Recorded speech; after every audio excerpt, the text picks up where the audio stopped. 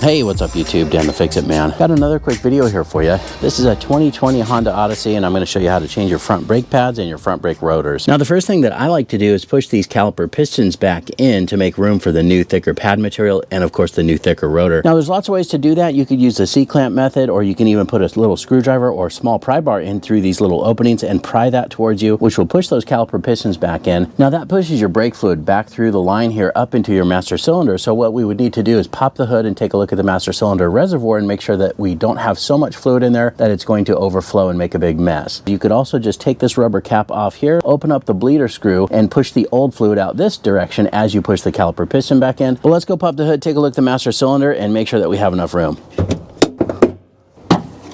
Now here's the master cylinder reservoir right here, and you can see that our fluid level is way down here towards the minimum, so we have plenty of space to push that backwards up into the system without overflowing out the top of this cap. A lot of people ask me if you need to remove this lid when doing this, and you really don't. Any additional pressure in here can easily still escape through the lid. The reason I don't usually take this off unless I absolutely have to take out some old fluid or to be able to inspect better is because anytime you expose brake fluid to air, it absorbs the moisture in that air. Brake fluid is hygroscopic, meaning that it attracts moisture, and that causes it to degrade and go bad. So we're going to leave the lid on, but it looks like we've got enough room to push the caliper piston back in. So let's go do that now. Now there's lots of ways to do this. You can use the screwdriver pry bar method that I usually do. You could also take this off and use the caliper wind back tool, or even a large C-clamp will fit over this too, and you can push that back in. Now I just got this set of these 3 demo drivers from Mayhew. This is a screwdriver pry bar hybrid. It even has a striking cap here on the back. These come in really handy for prying these back in, primarily because they're smaller than a traditional pry bar, but they're still very strong and stout. So if we can just put these in through these openings here, and then once you get it started there, just pull that towards you,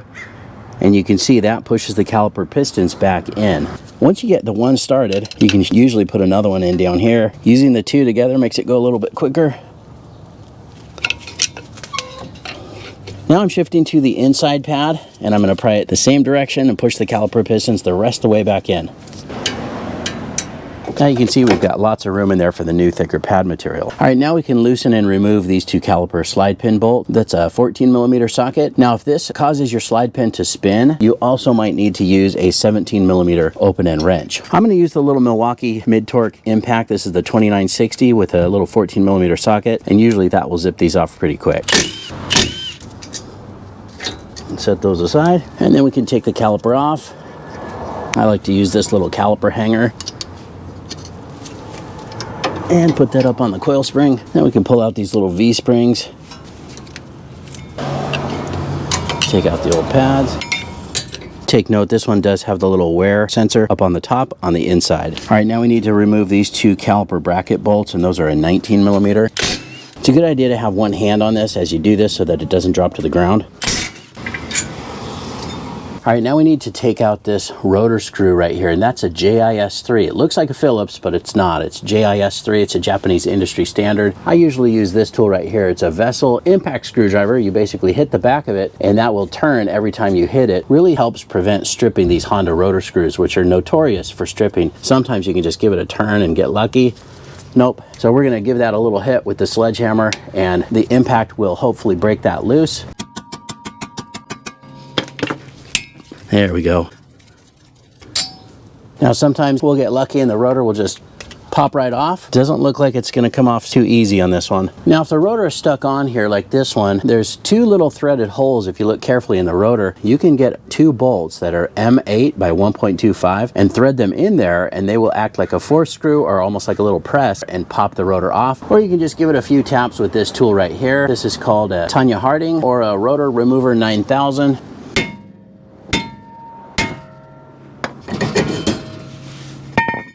Now before I put on the new rotor, I'm going to clean the hub surface right here. There's a little bit of rust building up, especially around this little center part. I'm just going to use this little wire wheel on a drill. If you're going to use something like this, make sure you wear some safety glasses.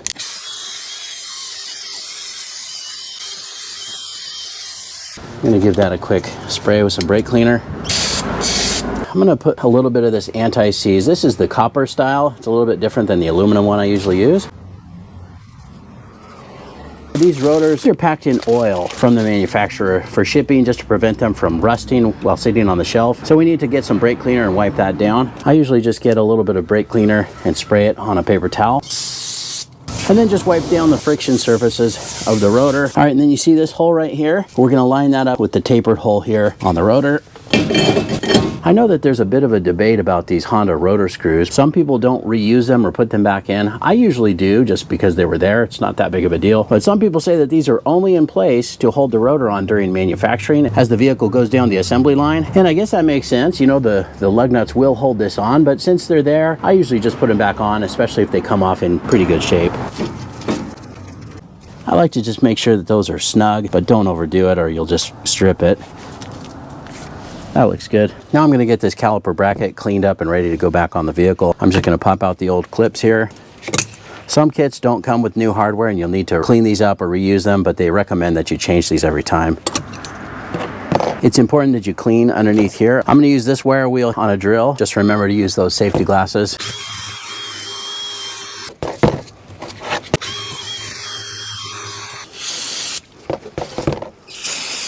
Now I'm also going to pop out these slide pins and clean them and re-grease them. Just take those out one at a time. Now sometimes I'll put these back in once or twice, just see if we can get any more of that old grease out of there. If they're really stuck in there, then I'll pull off these boots off of the bracket and spray the bracket out too. This one really isn't too bad. It's a pretty new vehicle. So we're going to use this Versachem caliper grease. This is synthetic brake grease. We're just going to brush this on the caliper pin here. Pop it back in. Sometimes you gotta squeeze the boot, pop out any air. That feels good. Pull out this one here. Now this one also has a little rubber O-ring on here. Sometimes those will swell and get stuck. This one looks okay still.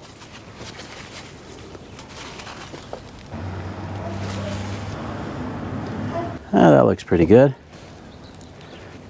You just want to make sure you don't use too much, and also make sure that you burp out the air, because when you put these in, if they push out even a little bit, that means that there's either trapped air in there or you use too much grease, and that can cause your brakes to drag. Before we put the new hardware in, I do like to brush this little channel in here where the hardware goes. This isn't so much a lubricant. You know, most of the brake diagrams do not show this, but that's just something that I picked up over the years, and it really helps prevent the buildup of corrosion and rust underneath, which can cause those brakes to bind.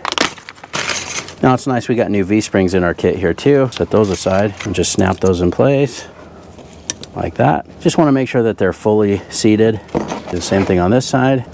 These appear to all be a mirror image of each other, so I don't think that there's one for the top and one for the bottom. You just got to press down on the center part here to make sure that it fully seats. But that looks good. This is ready to go back on the vehicle. Now before I put the bracket on, I'm going to use some thread locker here on these caliper bracket bolts, and this is just medium strength. Just a little bit on those threads is all you need. And then we can grab the caliper bracket and just get these started. Just gonna get these snug first. All right, and then we need to torque these to 101 foot-pounds. This torque wrench goes up to 100, but I just turn it one pass and that seems to work okay. All right, and then we can put the new pads in. And same with the back one here. These are import direct. This is not anything that I put on the pad. That's how they come. And I just picked these up local from O'Reilly. Let's just go ahead and put in the back one here. Now I am going to brush these with a little bit of this silicone ceramic extreme. And then a little bit here on the back as well where the piston is going to make contact. Now before I put these little V-springs in, I'm going to get the caliper back down. You can see there's quite a bit of dust and dirt here on the caliper. I'm just going to use this little brush and brush this off real quick. And I like to inspect the boots and make sure that they look good, which they do. These ones are still in really good shape. Now I'm just going to balance that right there for a minute while we get these V-springs on. And the issue with these V-springs is as soon as you put them on, a lot of times they will just push the pads out and they'll fall on the floor, and then you have to start over. So if you can, just use one hand to squeeze these together while we put in the V-spring into the little holes here at the ends of the pads. Let me see if we can get this started down below, right there. You see that caliper is holding this together while I put on the top V-spring. And then we should be able just to slide the caliper on. Sometimes you have to pull in a little bit on the slide pin. Oops. Now our little V-spring was caught in this little opening here, so I just had to push that back in and shift that up, but that looks good. Now we can put our little caliper slide pin bolts back in. Sometimes you gotta lift up a little bit on that caliper to line them up. Now I'm just gonna get these snug, and then we're gonna torque these to 37 foot-pounds.